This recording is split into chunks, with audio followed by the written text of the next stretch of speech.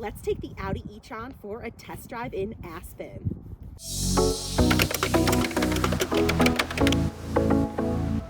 Hey everybody, I'm JQ Louise, and today we'll be driving an Audi E Tron. We're actually staying in Aspen for the week, going skiing, and we're taking out the car for a drive on some really cool mountain roads. So let's check out the car, and I'll compare it to especially a Tesla Model Y. Obviously that's what I'm most familiar with, but let's check out this really cool EV.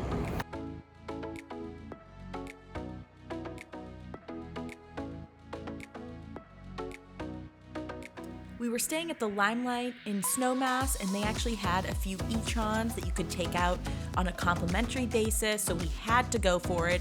So we reserved the car for a slot in the afternoon, and then we took it for a drive around some amazing mountain roads in the Aspen Snowmass area.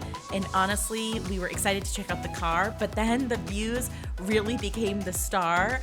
And then we really realized it, that it was the fact that the car was so easy to use, it was so quiet and so comfortable that anybody could really just hop in and enjoy the car right away. So right off the bat, that was a great sign. It's definitely an Audi, like classic Audi. If you're familiar with any of the newer Audis, it was a lot of the same interior and controls and switches and buttons and, you know, the screen and the user interface. So honestly, the whole thing felt very familiar and intuitive. So yeah, there's zero wind noise in this car. It's really quiet. We just had to turn the radio off to really listen to how quiet it is. This is amazing. I mean, you know, going at any speed on the highway, you have zero wind noise. This is really impressive build quality, and it just feels so comfortable and quiet in here. So I'm gonna look up what the range is on this car, but right now it says we have 173 miles of range, and it's like 50 degrees out right now, so it is on the warmer side, even though we are in Aspen in the wintertime. So obviously that affects the range of these cars. But even, you know, we all know that, you know, even in the 50s, that can affect the range of electric vehicles. So pretty impressive that how this car is doing right now. So the interior is classic Audi in here. Obviously, you know, the materials aren't super premium based on the price point of this car, but it is nice and clean and pretty fresh. For screens, you have one here that will have your CarPlay, and then down here is all the controls for Head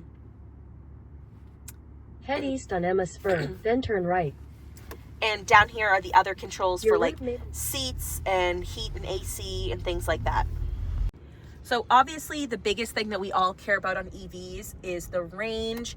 And on this car, it shows the range on the left side of the speedo.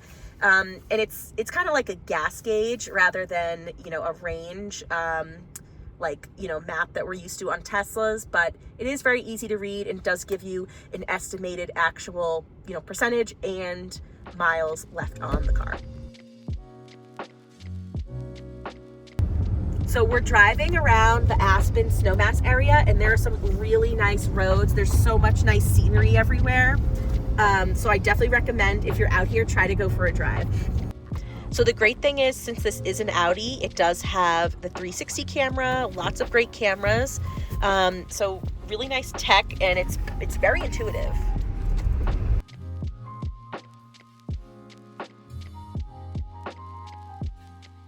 So I'm pretty sure that this is a 2023 Audi e-tron, and that would mean that it has 208 of EPA range.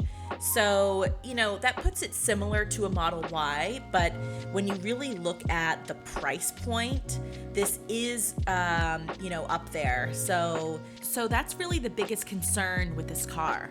And for a 2024, an Audi Q4 e-tron, the price point starts at $55,000, and for the Sportback e-tron Q4, it's $58,000. And then when you get into the Q8 e-trons, you know, that gets up into that higher price point like this one, where for the base trim, it's $74,000. For the Sportback, it's $77,000, and then for the SQ8 e-tron, it's $89,000. So it's a little bit surprising that at these high price points you don't have better trim and interior in here. So definitely something to think about, because we all say this, any Tesla owner will say this, the problem with other EVs is still the charging network, because really with this, you don't get that convenience of Tesla supercharging. This car can charge at DC fast chargers up to 150 kilowatts per hour, but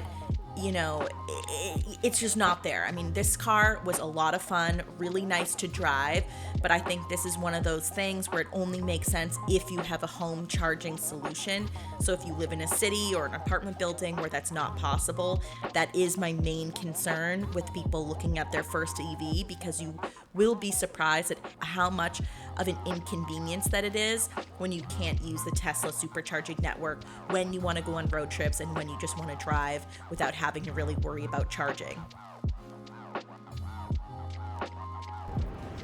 So it does have this logo that comes out, but it seems like it should be flipped around the other way so that you can read it when you exit the car.